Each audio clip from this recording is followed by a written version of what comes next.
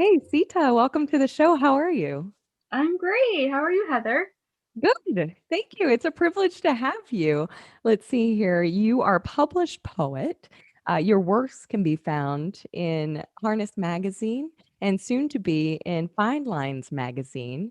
You're a TED Talk alumni, and you're recently interviewed by Lisa Tomei of the Prolific Pulse Poetry podcast. You've got quite a few things under your belt there. You're a busy lady. Yeah, well, I guess a pandemic will do that to you. Tell me about it. I've never done more than I have in the pandemic. You've I'm sure have taken advantage of the same time. Yeah. Definitely. What has been the best thing that's come out of the pandemic for you specifically? Um, this has actually been an opportunity to hone my poetry voice. So I did about, I'm just trying to think, four poetry classes. So there was one-on-one, there was an intro. It was like three with like the same poet, Megan Falley, and she Mhm. was like, she has a thing called, she has a workshop called Poems That Don't Suck, and it was A right at good the name. beginning. Yeah, I know, right? I was like, well, I don't want to write poems that suck. So I was And like, where did you okay. find her? How did you find her? I found her through Andrea Gibson's um, Instagram page because Andrea Gibson is her partner. Interesting. That's really good. And the workshop was awesome. You got a lot out of it because you're It did. here and you're sharing your work. Yes, You've How long have you been a writer? since grade three, so a long time. You remember that. Yeah. My grade Oh, three poet, or sorry, my grade three teacher is also a poet now. She's retired, and she's going to be coming out with her 11th book this year. ooh, So, impressive. yeah, it's Book. very impressive.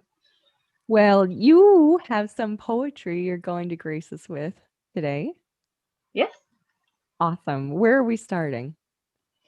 I think I'll start with my longer poem. I have to put on my teacher glasses because I'm getting old. Ooh, look at you, Clark Kent. I didn't recognize you. Guess you're getting old. Oh my goodness. Awesome. Give me the title of um, this one.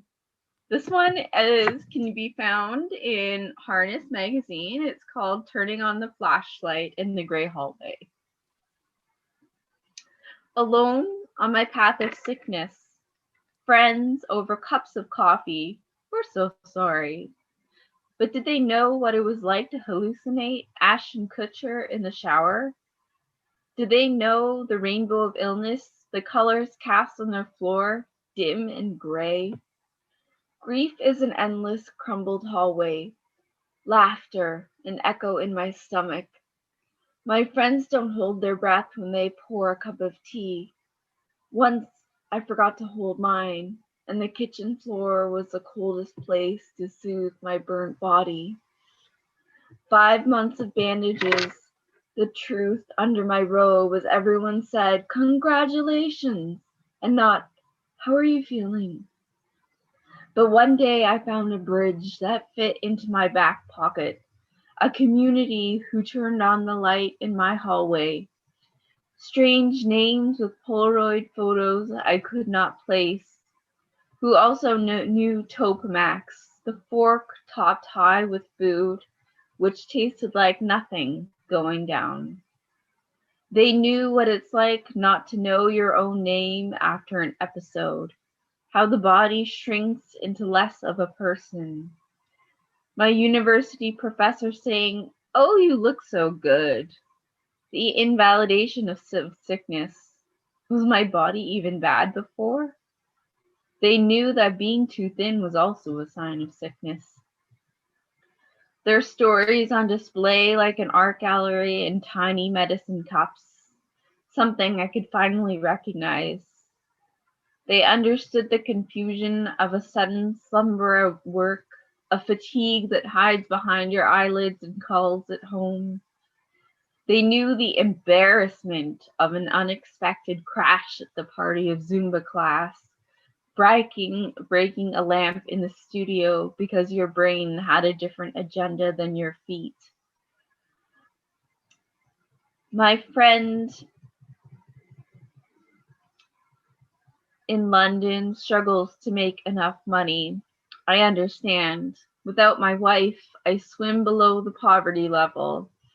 I tell my friend across the pond about the polite emails which exclaim my fingers didn't spin fast enough to work at the coffee shop.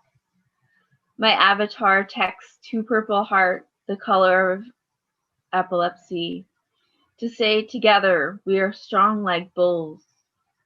Drool drips onto my chin while looking at the recipes my pal with Crohn's posted.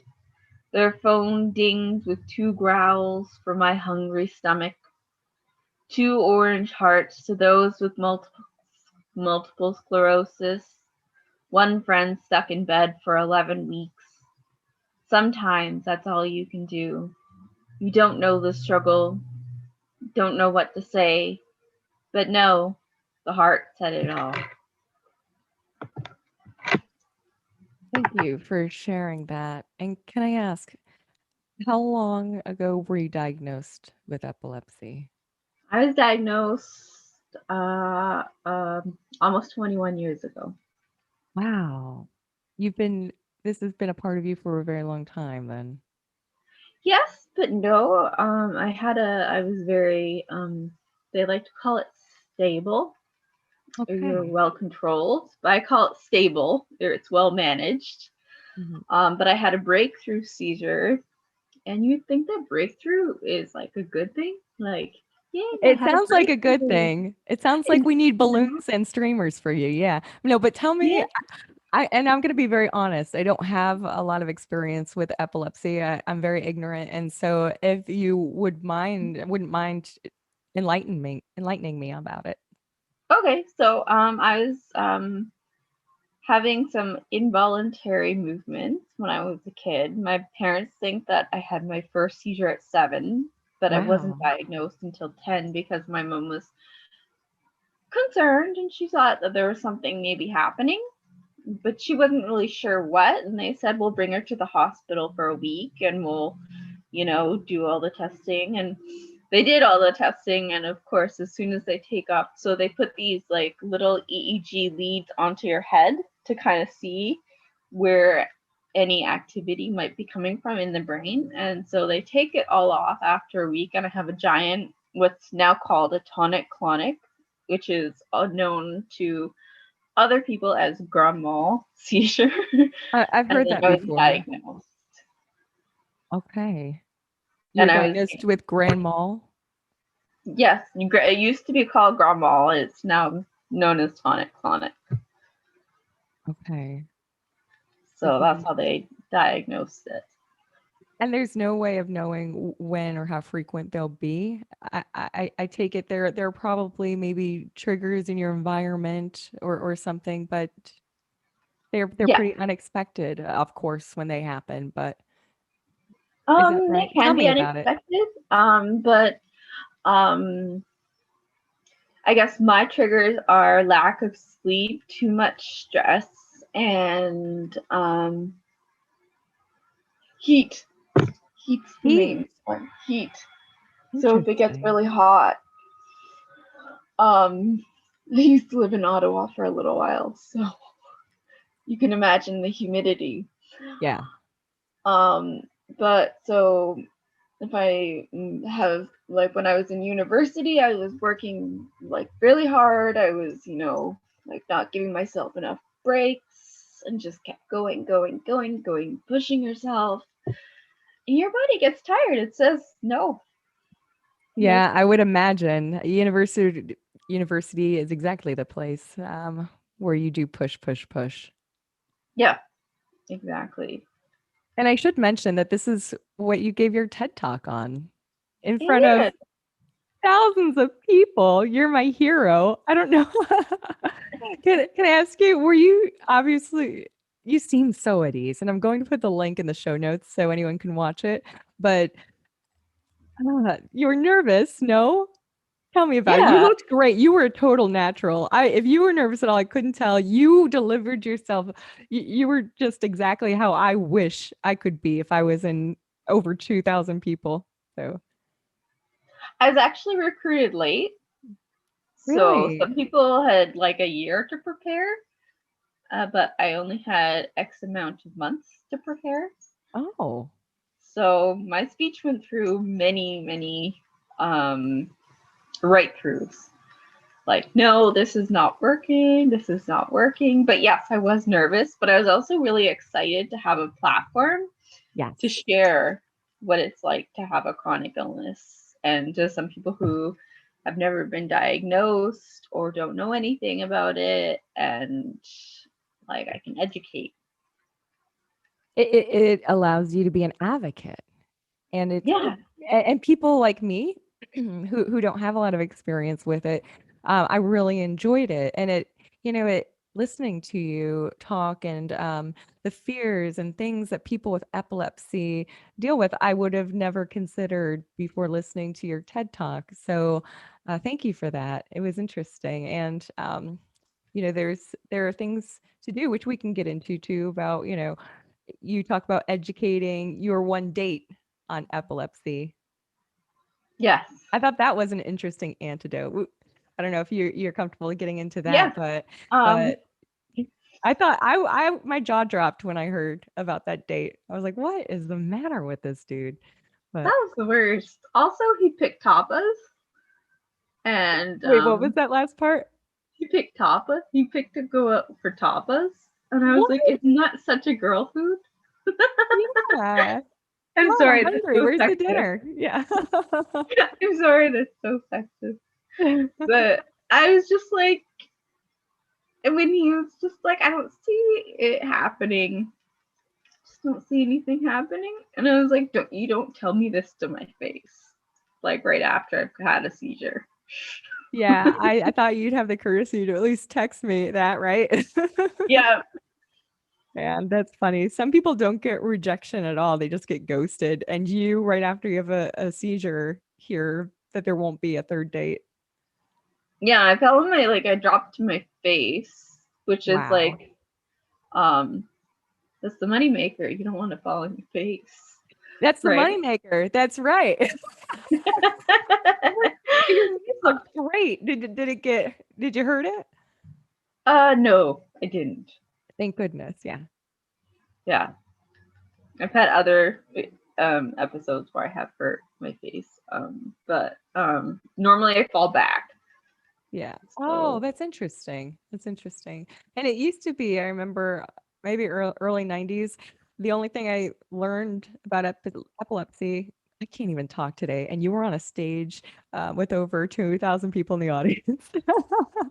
But epilepsy, I thought it used to be practiced to hold somebody's tongue down, but really that's not how it should be at all. Just leave you alone and make sure you don't bang your head or hurt yourself. Is that right? yes. So you want to move everything kind of sharp out of the way.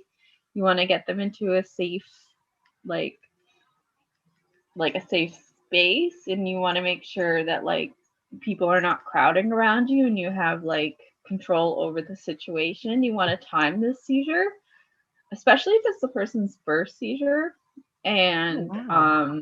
if it goes over and if they harm themselves, you don't need to call an ambulance every single time.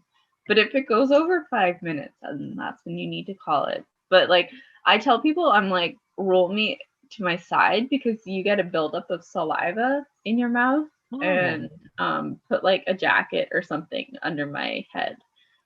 that's So, interesting. That is really interesting. All right. Thank you for that poem. I loved it. What else have you got for me today? oh, I've got so many poems for you. I was That's like, great. What a great way to celebrate National Poetry Month. I know, right? Yeah. So, I guess I'm gonna give a little bit of context to this poem. Last year I was really sick, and we weren't sure if it was COVID or if it was somatic, or nobody could figure it out. So, um, called Undiagnosed Illness in the Year of 2020. Interesting. Okay. After dealing with the aftermath, I summoned my legs to be strong, solely to transport my vessel to the washroom. I spent 11 hours in the hospital, alone, burning through my data as fast as at one time Faith and I shared a joint. Doctors said maybe it's MS or a stroke. I knew it wasn't. While doctors' opinions are strong, they can be weak, like a prescription scribble. The patient knows their job the best, their body the best. Fumbling out of the hospital like a drunk, my wife in the waiting room in her PJs, starting to look as desperate as those unemployed due to COVID-19. I feebly gripped my cane like an old woman into Dr. AK's office. He shone a light into my eye and said to my mom, "See that? It's toxicity." Her eyes quivering. Thank God, someone knew. I think my favorite line was, while doctors' opinions are strong, they can be weak like a prescription scribble. That is really strong. I think that I got a little bit of goosebumps there. I think that really sums it up. I think the patient does know their own body. Yes. Yeah, I think, and we have to listen to our body and um, make sure that people are hearing us when we speak too. So, And yeah, it was a really weird experience because of COVID. I wasn't allowed to have anybody with me. so this So was after March. This was probably like, well, mid to after March. Yeah. it was like June. Okay. All right. We're in the full swing of COVID then. So I had like a mask, like a homemade mask on, Mm-hmm. um, and that my spouse made for us when like COVID first broke out. Um, and of course, after the hospital, like our masks that we ordered had arrived. So it's kind of Mm. funny. But it was like I literally was just using my data because I have a friend in Chicago who also has epilepsy, and but like I was not fully myself, if that makes any sense, Oh, sure, it does. Yeah. because of the toxicity. And I was like, Shh, I'm not sure I'm supposed to be on. I was on Skype because we always Skype. Uh-huh. We never do Zoom. Um, it's just easier for her, I think. I don't care. But and then she's like, "You were so funny." So, but but yeah, like I just remember my spouse's eyes just being like wide, while I like rushed, like kind of fumbled out of the hospital, like out of emergency, because I was there for so long and they couldn't figure anything out. And they said, well, like the main neurologist was not on, like, was not there. So they had another neurologist and they were like, yeah, like, maybe you should just come back. I'm gonna write this out, and like you should come back for some physio. So, like, because I was just like, did not feel right. You know, when you don't feel right in your head. Yes. Yes. Yeah. No, I do. I do. Absolutely. Yeah. So it was just like I was able to go to the bathroom, but none of the nurses wanted me to like come out of the bathroom alone. So they were like, hit the red button and I'll come get you. Yeah. Well, it's a liability too. I was in the medical field for a little while. Gosh, how scary to not feel right in your own head. And do you know what caused the toxicity? Yes, I do. Because I was so scared of COVID, I was supposed to get blood tests done and just to check how my new medication was doing. Mm-hmm. And it caused a reaction with another medication and it turned into this, like they conflicted. Yeah. Oh, interesting. So, but I was like, Nobody I caught don't want that. anyone to touch me with their needles or with their hands or with their gloves or with anything. It's So a very scary time. First of all, you're going through this scary time yourself during a bigger scary time. You have the pandemic also to worry about. Your poor wife in her pajamas waiting hours for you. That must have been nerve-wracking for her too. But here you are. I love it. Smuggling a Skype call in the hospital. That's yeah, I great. was talking to my friend in Chicago, and I did talk to her and my mom because my mom was at our apartment. Mm. This was before all of the rules, I think. Like, It's such a blur. I don't know about you. I've done a lot during COVID, but as far as, the restrictions and everything, I don't go out anyway, and I don't turn the TV on, so I don't watch the news. So I'm lost on when the rules were, and I don't even know what it's like there. Gosh, what is it like there right now anyway? we're in third wave right now. Third wave. And what does that even mean? Like the I could third Google it, wave but I of have no idea. COVID. Oh, so this is the third wave of COVID.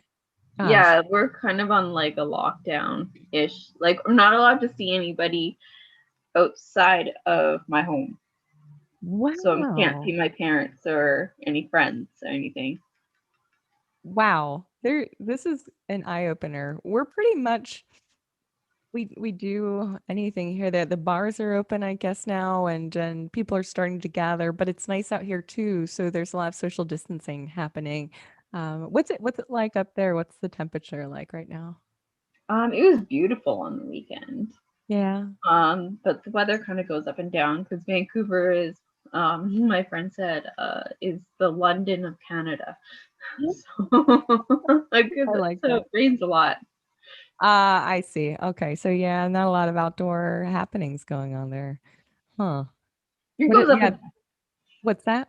it goes up and down. It goes up and down. But they got the toxicity, they figured it out. They worked out your meds, and you haven't had anything like that No, since. That's no, good. thank gosh. Gosh, yeah. That must have been really scary. I'm sorry to hear that, but Yeah, yeah. good old Hmm. blister packs. Blister packs. Good old blister packs. That's right. Oh man, I like your sense of humor. And I hate that this happened to you, but you've turned it into some really beautiful poetry. So, I mean, if we're gonna always look at the silver lining there, I wish it didn't happen that way. But do you have another one to share with me? Mm. I know I'm kind of jonesing for these poems here. Oh, good. I'm so glad. Okay, I'm actually going to put my glasses on this time. There you go. Okay, this one is called Brain Surgery. For my first appointment with a neurosurgeon, I wore my favorite clothes and new shoes. When he said he wanted to insert tiny wires into my brain with a robotic hand, I fell for him as hard as my body hits the pavement. I still remember Genevieve, who explained I needed to arrive freshly washed for the day of the surgery, keeping her number in my pocket like a treasure. I guess it was naive of me to assume my life would be fixed after this, don't you think? Too fast, I learned that brain surgery involved 4 days of puking, lifting my head for a single moment, only to wish my mom a happy birthday. Some days covered me like a moldy blanket. My favorite nurse asked me, what was wrong? Not able to point in any specific direction, he covered my teddy's head in toilet paper and medical tape, made me feel less alone. When the wires were taken out after 2 weeks, I moved clumps of hair away from the drain with my foot. After finally being cleaned up, my head neurologist pulled a chair up to my bed. My test yielded 0 results. He may as well have taken my brain right there. To him, it was fascinating.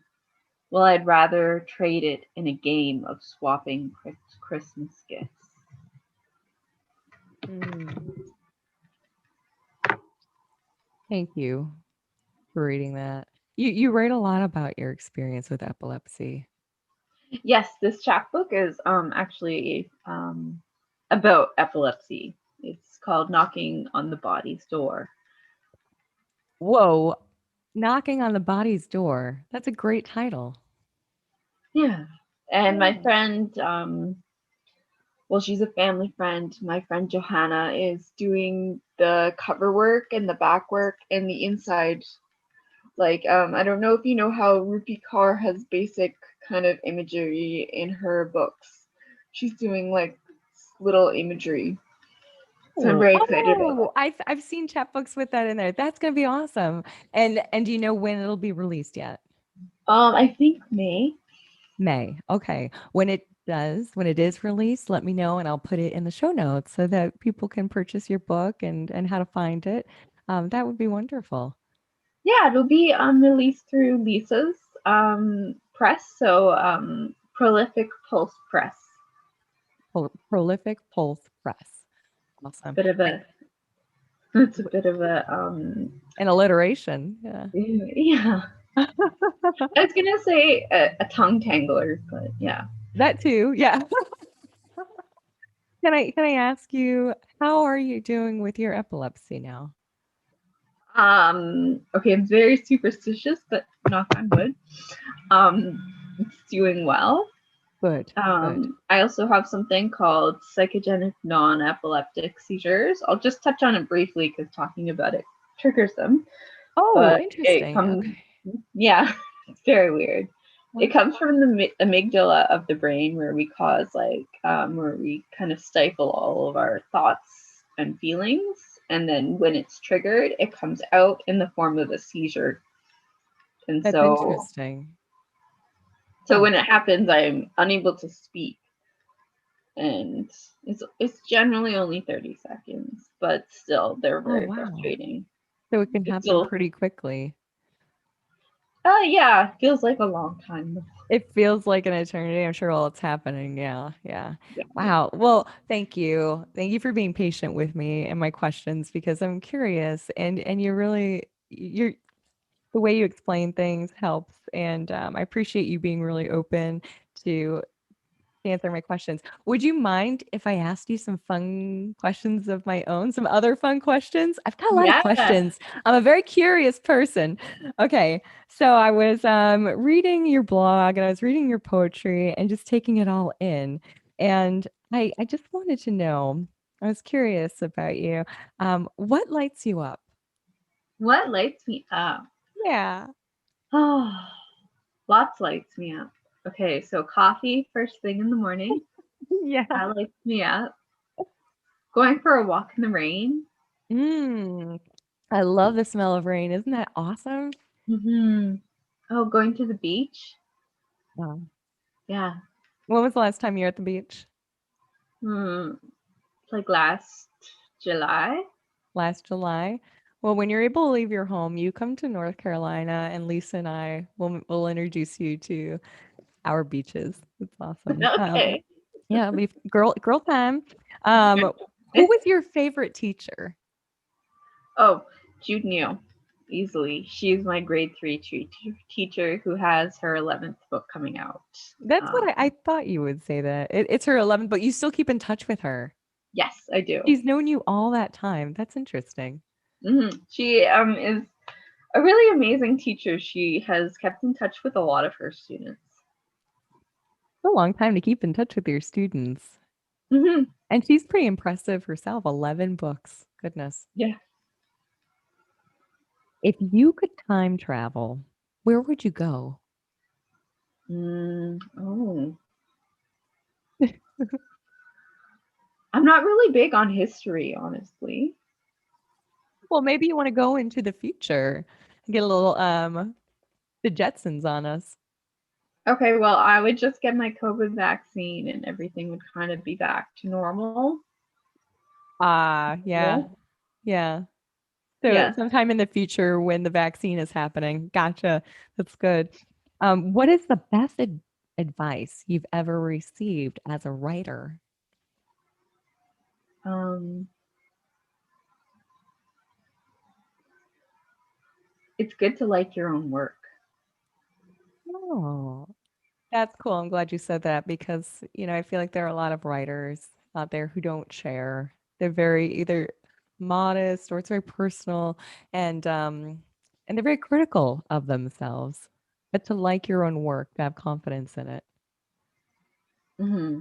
Yeah. And oh, I forget that term where it's like you think that like your work is like worse than everybody else's. It's like a syndrome. It's something syndrome. Oh, like Like, imposter syndrome? yeah, I had Yeah. to really bad imposter syndrome last year, and Ah. so which is it's very normal. It is very normal, and a lot of brilliant people have had imposter syndrome, Albert Einstein being one of them. So, hmm, could there be a connection between you and Albert Einstein? Oh, I I'm not like it. science based at all. Not science-based. Although, well, me either, but Albert Einstein was, he said that imagination was more, well, I'm going to screw this up, like more important or just as important as knowledge and how true. He was a visionary. So I guess we're alike in that sort of way. All right. I'm going to ask you some questions. No right or wrong answer. Okay. Okay. These are sort of like writing prompts. I just want to see what you say. Okay. First one. I like this.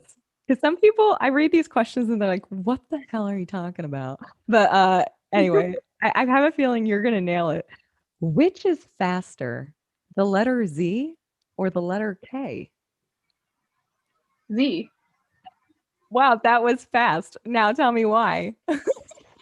because K you have to do like the line, then the two things, and Z I do like the it's like a squiggle, but then I put like the line through it. That's interesting. Okay. I always like to ask people why because everyone's mind works differently. Like some people would say K because they have the legs to run, right? And Z, when you're snoozing, you've got all the Z's, but you're quick, like Zorro, basically. That's your interesting. Getting some insight into your head here. All right. I like this one. All these little minute things that people are like, what does it matter? It matters. Well, when you talk to creatives, it's always entertaining and interesting the way their minds work. What does freedom taste like? Mm. Freedom Hmm. tastes like sunshine. Ah, I like that. Huh. What color is happiness? Happiness does not have a color. It doesn't have a color. It's see-through. It's like it's like all the colors It's all combined. the colors. It's a prism of It's a color. prism. Yes. I like that. All right. Oh, okay. So you're a big Office fan. You like The Office. I love The Office. It's my it's actually a really common for people with chronic illnesses. We call them spoonies. So a lot of spoonies love The Office. I don't know why. That's I mean, but who doesn't love The Office? It's hilarious. Even I watch The Office. I don't watch shows. What's your favorite Office quote? Ooh, That's a hard. I knew I was gonna put you on the spot with this one. most things that Dwight say are Yeah. hilarious. Is he your favorite? Yeah, because he's so weird. I think I've got a Dwight magnet on my fridge. That's hilarious. You remember, I feel God in this Chili's tonight. Do you remember? Yeah, that was so good. Did you like At that? that Dundies, yeah. I've I been feel practicing it God. all afternoon. What did you say? I feel God in this Chili's tonight. You nailed it. I've been practicing that all afternoon. That's hilarious. Sorry. So what's next for you? Once you get the COVID vaccine, you have readings in the future. You got a chat book coming out May. Mm-hmm. I'm working on my first actual book. Interesting. Right now, it's in the works. Yes. And is it a chat book? No, it's a book. Tell me about this book. This book, I'm learning about it. It's telling me about itself. Mm. Can you tell me, like, is it fiction, nonfiction, memoir? Nonfiction. It's Nonfiction. nonfiction. Interesting. Okay. It's like about poetry. It's about poetry. You're writing a book about poetry. No, no, no, no, no, no, no. I'm writing a poetry book. Okay. So it's not a chat book poetry. It's a book of Yeah. poetry. Heather, what is wrong with your tongue today? All right, whatever. That's interesting. That's It's cool. okay. It's like my mentor's book. Like this is her book. All right, So hold up. Let me see the title there. it's called The River Answers. That's beautiful. I love that cover. Did she take that? I don't know, but she came up with the title. Huh. It's such a small town kind of title. Yeah, I like it. That's cool. So, the one thing I always like to ask of the people who join me on this channel is if you could turn on your radio right now and there was a song playing, what would you hoped it would be? Mm. Valerie by Amy Winehouse.